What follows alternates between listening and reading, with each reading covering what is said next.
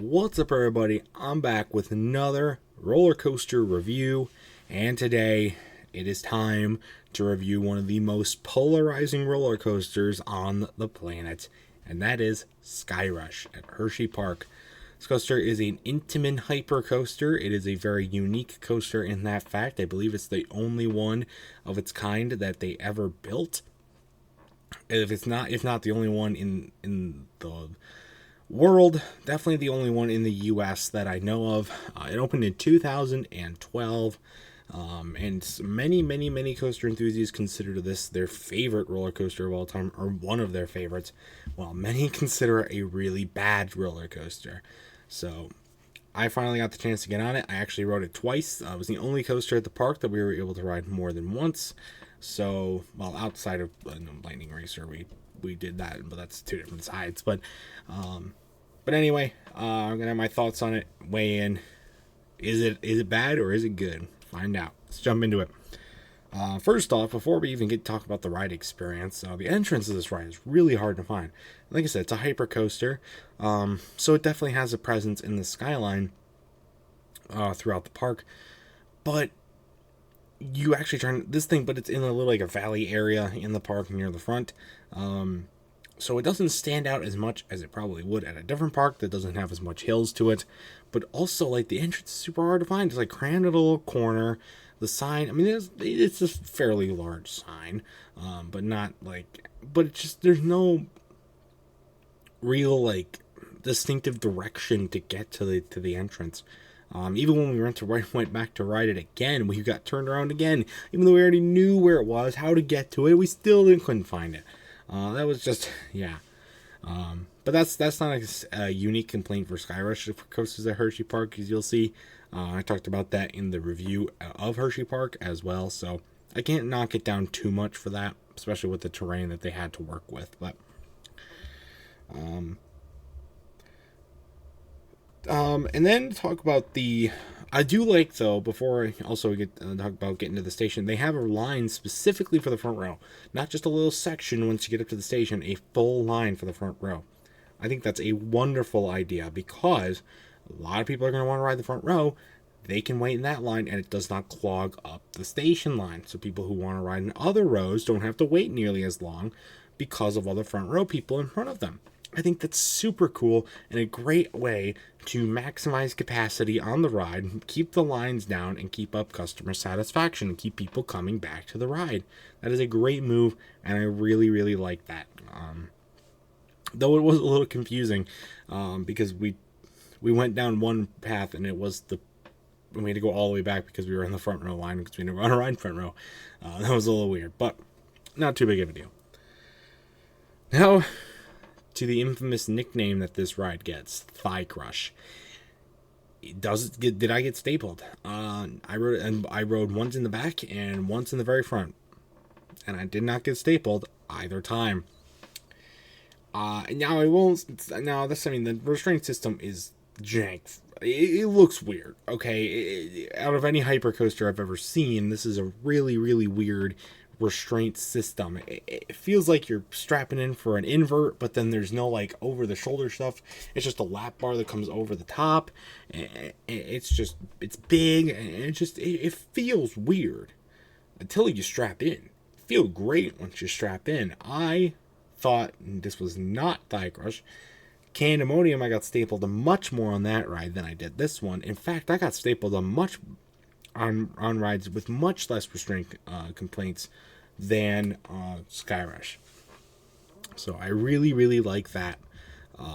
So that was the big complaint that a lot of people had going in, and I thought it was fine. So that's how I knew it's probably gonna go to ride.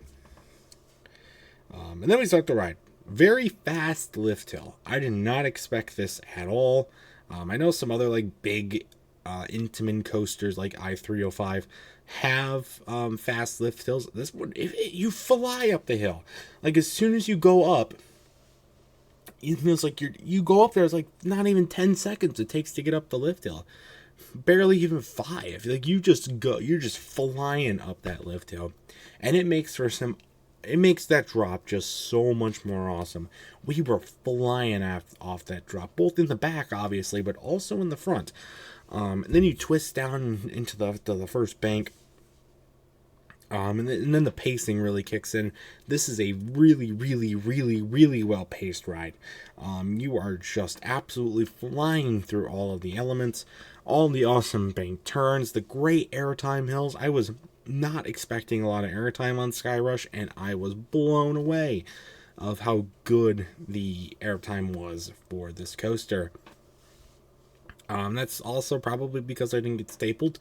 And a lot of people really didn't think that this ride gave much good airtime, and I thought I got great airtime, much more than I did on Candemonium, and so that was really, really good. And in this ride, I was also led to believe that it was going to be a very intense ride. A lot of people called it one of the most intense coasters that they've ever ridden. I didn't really think that. I mean, yeah, there were some intense parts to the ride when you're going low to the ground, a lot of the big banks, and especially because you're flying through all of those elements. It's definitely more intense than just, your average Woody or whatever. But, it's far from the most intense coaster I've ever ridden. I didn't really experience any potentially close to gray outs or anything of that sort. I thought Maverick at Cedar Point was much more intense than this ride is. It's definitely the most intense coaster in the park, probably. I think I can probably call it the most intense coaster in the park, but then again, it's not super intense for me. So, that's kind of what I feel like it. But I'm not really a huge fan of like super intense coasters. So it's not a huge deal for me. I was still able to, again, the airtime was great and great pacing, so I was able to more than enjoy this ride. Also, fun fact, our restraints, when we the first time we rode, our restraints, they popped up when the ride ended. Not like when we got to the station, like we hit the brake run and then our restraints popped up. Apparently that's supposed to happen. It didn't it happened the first time. It did not happen the second time. Which was weird. I don't understand why they did that.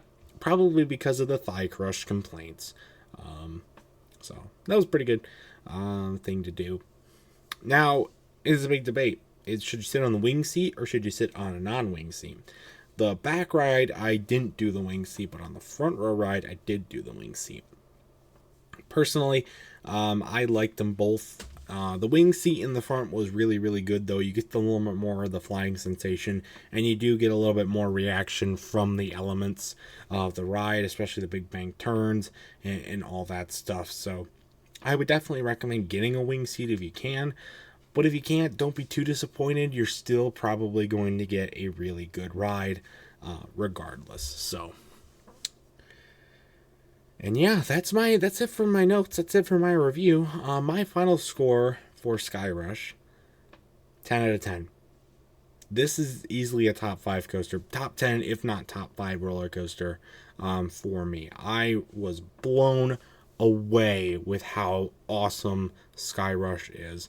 And for my 2 rides, I cannot wait to get on it again if I get the opportunity to do so. But if I don't, I can say I rode it, and I can say I really liked it. So with all the ones out there who really like Skyrush, I'm with you. For all the ones who hate it, I don't know what I don't know what you experienced, but I really enjoyed it. Also, shout out to the late night operator of Skyrush who was operating during our second ride. He was hyping the crowd up, and everybody was cheering.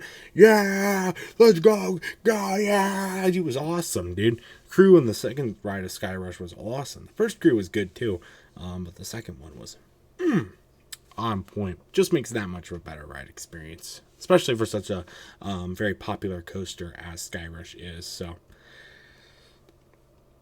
anyway, that's going to do it for this video. If you've ever ridden Skyrush, I'd like to know your thoughts about it in the comments section down below. Start a debate. Let's get the polarization comments going to my comments section. Let's hear it. I will weigh in on everybody's thoughts on it. So, and that's going to do it for this video. Stay tuned for much more amazing content, including more roller coaster reviews. I got 10 more to do from Hersheypark, so stay tuned for those, and stay tuned for other much more amazing content, and including, until next time, I will see you guys later. Goodbye.